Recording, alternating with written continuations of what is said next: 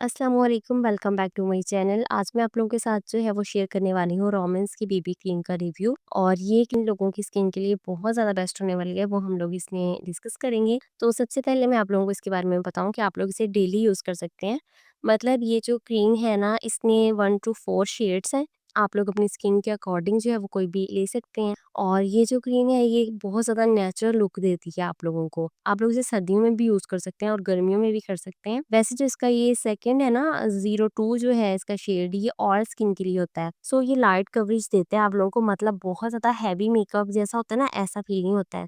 और daily use के लिए नेचुरल लुक आप लोगों को देता है, यानी कि जो लोग डेली जॉब वगैरह पे जा रही होती हैं या जिन्हें बाहर जाना होता है, रोज़ाना मेकअप करना होता है, तो ये उन लोगों के लिए बिल्कुल सेफ है। और स्किन को आपकी हाइड्रेट करता है और इसमें बहुत ज़्यादा हैवी इंग्रेडिएंट्स नहीं होते हैं जो आप लोगों को बहुत ज़्यादा नुकसान दें। और इसमें एसपीएफ प्रोटेक्शन भी है, लेकिन क्योंकि मैं आप लोगों को अपनी पहली वीडियोस में जो मेकअप किया उसमें भी बता चुकी हूँ कि इसमें बहुत कम जो होता है ना वो एसपीएफ जो है इंग्रेडिएंट्स होते हैं ना वो बहुत कम यूज़ किए होते हैं। तो आप लोग एहतियातन पहले अपना सनब्लॉक यूज़ किया करें और उसके बाद कोई भी जो है बीबी क्रीम या कोई भी मेकअप जो आप लोग अप्लाई करना चाहें वो कर सकते हैं। और ड्राई स्किन वालों के लिए तो ये बहुत बेस्ट है, क्योंकि इससे ये होगा कि उनकी स्किन जो है वो हाइड्रेट रहेगी।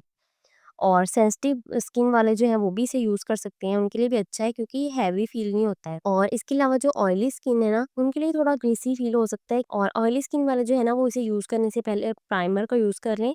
और जिनकी स्किन ऑयली है उनके लिए बेस्ट है कि वो इसे सिर्फ सर्दियों में यूज़ करें।